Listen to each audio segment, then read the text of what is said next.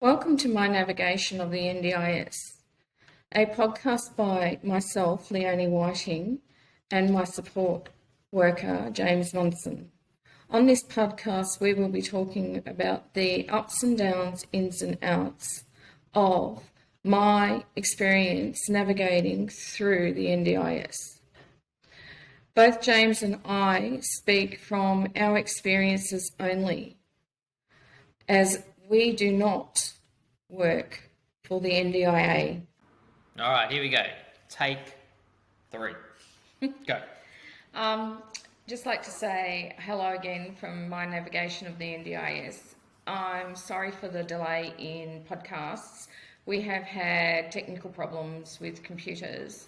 I bought a new computer and it was malfunctioning, and we've had it to and fro the computer shop trying to get the issue fixed. They couldn't fix it, so they've replaced it. So again, I'm sorry for the long pause between podcasts. Today I want to discuss my bathroom modifications. About 12 months ago, they measured up for bathroom modifications in my home due to the support worker that showers me having issues being able to shower me because of the way my bathroom is currently configured. So there are things that the NDIS will pay for, and I'm extremely grateful for what they are paying for. But there's things that I want in my bathroom because I want it to be a family bathroom, not just my bathroom. Can I just jump in on it? Yeah. So on with that, I think what Leonie's saying is when a bathroom is modified in a normal sort of in a group home setting, it'll be very clinical. Generally with vinyl on the floor, 5 inches up the sides of the walls, and everything's very basic. In someone's home, they want it to feel homely, and long term be sellable to another family. That's correct. So I think that's where Leonie was going. Yeah, so NDIS doesn't necessarily see it like that. So they are paying for the things that they would normally pay for, and I have to pay for the difference to have it set out the way I would like it to be set out. So I just wanted to explain a little bit about that because people very often think that they've got to get what they've been told they have to have. And yes, you do have to get what you've been told you have to have, but you can ask for extras as long as you're willing to chip in for stuff yourself, which is what I'm going to be doing. So NDIS don't believe that I will be able to bath any longer, so they will not provide me a new bath in the bathroom. So the old bath has to come out because of the way they're reconfiguring it, and they weren't going to put one back in. So for me to be able to do that, I have to pay for that myself. So just things like that. At the moment, I already have tiles to the ceiling. NDIS won't provide me with tiles to the ceiling. They'll only provide the basic amount of tiles that you would get in a new build. So that's great, but I want them to the ceiling because I want what I've already got. So that's something that I have to take into consideration and that I will have to pay for myself. As long as what I add into the bathroom does not in any way make it harder for any of my support workers to do their job, they are usually pretty flexible. Yeah. But you have to pay for it. You can't expect them to pay for something that they don't believe that you need. Yeah. So in those circumstances, you're paying for tiles up to a certain. They're paying for tiles up to a certain height, and then you're just paying the extra to the roof. That's correct. Yes. So that's my choice. That's what I want to do. Some people may not be in the financial position to be able to do that, but fortunately I have a little bit of a nest egg and I want it done so that if something happens to me, and it will eventually, I'm not getting any younger, I'm getting older, as everyone does. And Not me. I'm younger. only mentally. Yeah, definitely mentally. You complain about your aches and pains.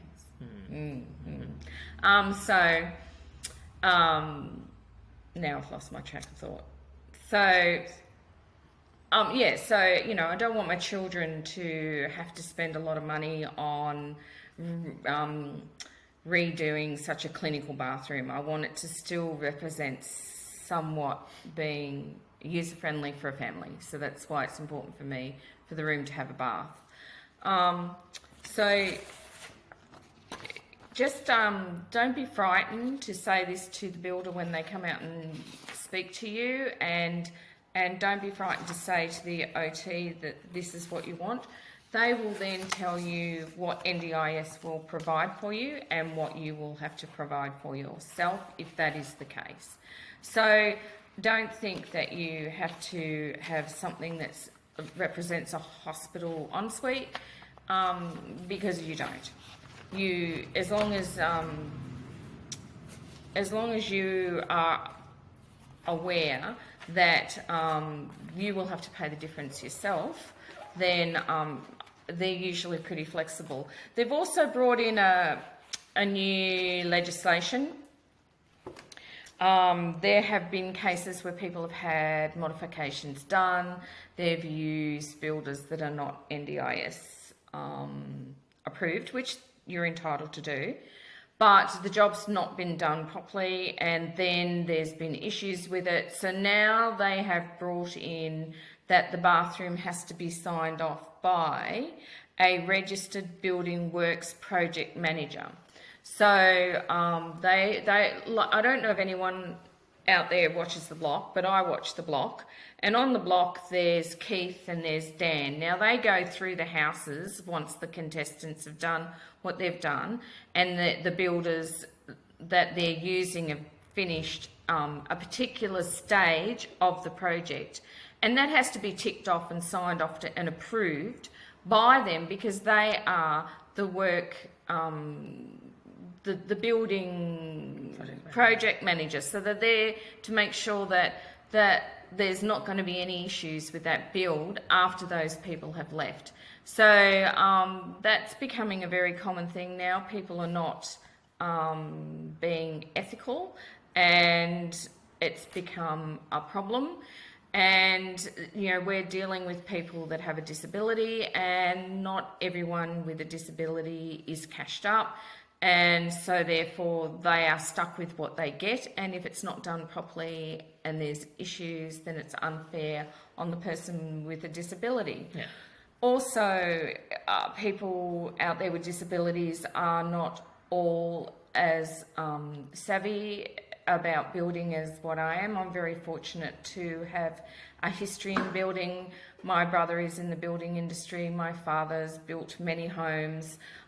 He was also a fabricator, metal fabricator, so he's very good with things like that. So I've worked on construction sites, so I've got a really good understanding of the building industry.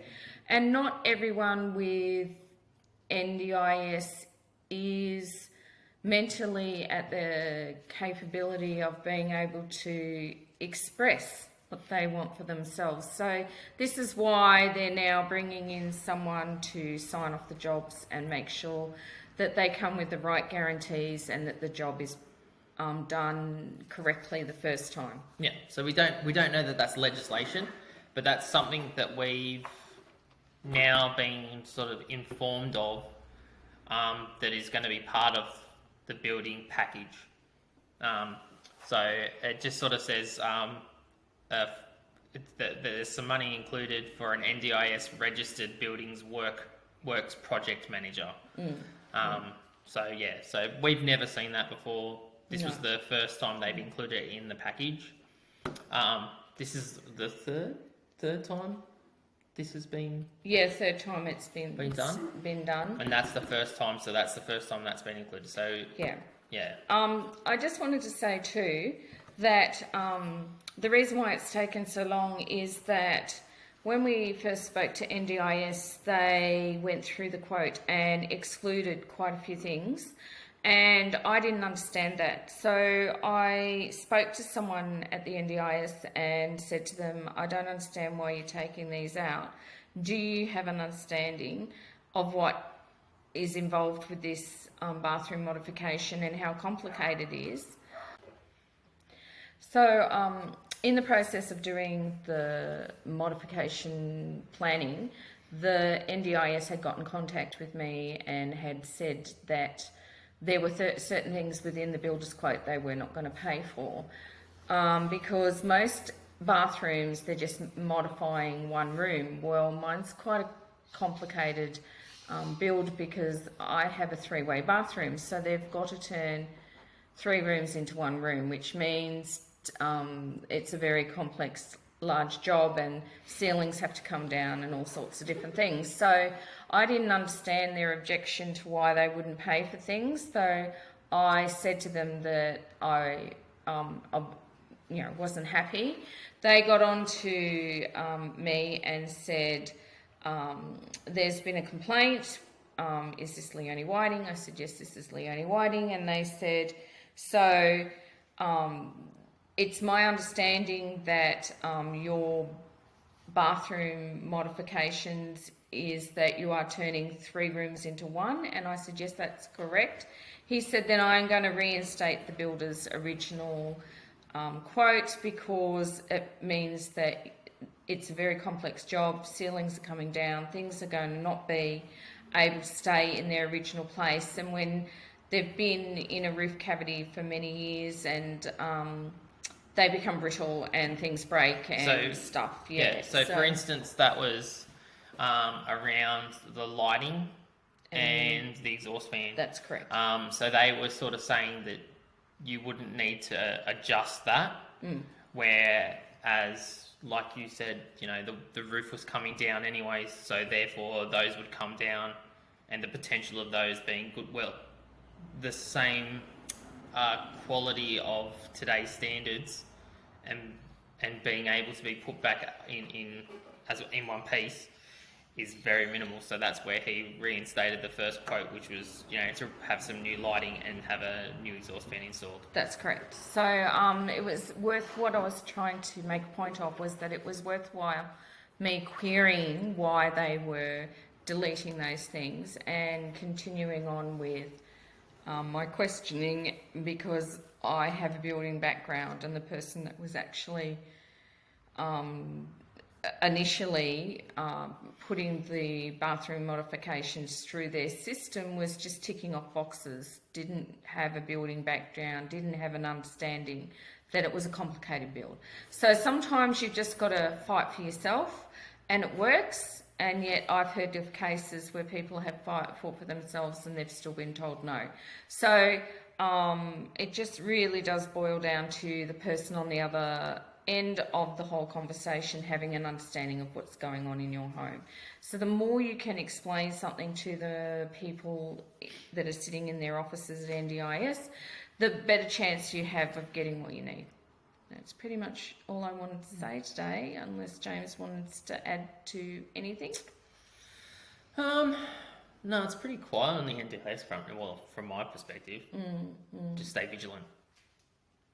That's my thing. And again, if there's anything you want us to talk to you about, find out about, help you with, if we possibly can, then please send us a message. We're happy to look into it and do the best we can to help you.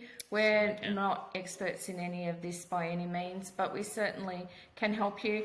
I did get a message from a lady a couple of weeks ago, and she was talking about wanting a wheelchair, and the NDIS had approved her for a bigger wheelchair than what she actually initially had asked for. And I explained to her, which obviously no one had, that the NDIS looks for a 5-year window. So they are going to look where you possibly could be in 5 years, because they don't want to have to be giving you a wheelchair every year. That's unfair. on their, it's a really big call on their resources. So they have a 5-year plan. So they look at where your health is going to be in 5 years, and they will accommodate for that. So if you are offered something bigger than what you thought you needed, just be grateful that you're getting it and accept it. Don't look a gift horse in the mouth, and be aware that once you do get it, it's 5 years before you can ask for something different. Sometimes up to 7 years, depending on what the item is. So please just be aware that that's how they think, and so it may not be exactly what you're wanting or expecting. But, you know, if they're giving it to you, then you should accept it. And then maybe in a couple of years' time, if you find that it's not doing what you're needing it to do, you can readdress it. But don't... In saying that, the only thing I would say to that is that you need to have it to be functional. That's correct. So if you've got a car that can only fit a foldable wheelchair, they can't give you a battery-powered wheelchair. That's correct. That's correct. So, you know, yes, it is a 5-year plan with items like that, including like scooters and stuff like that. But you've also got to have something that's functional to your life. That's correct. Yeah, it's the same with my bathroom mods.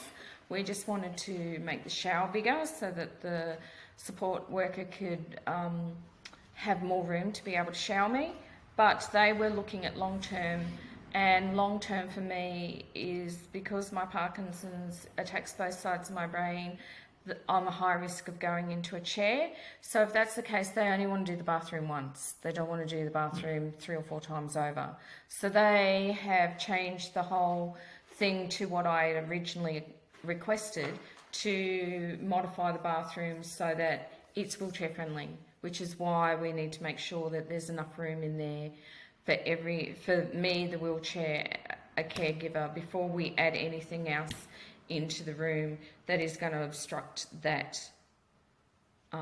room and space for them to be able to do their job correctly and for me to be able to access with ease.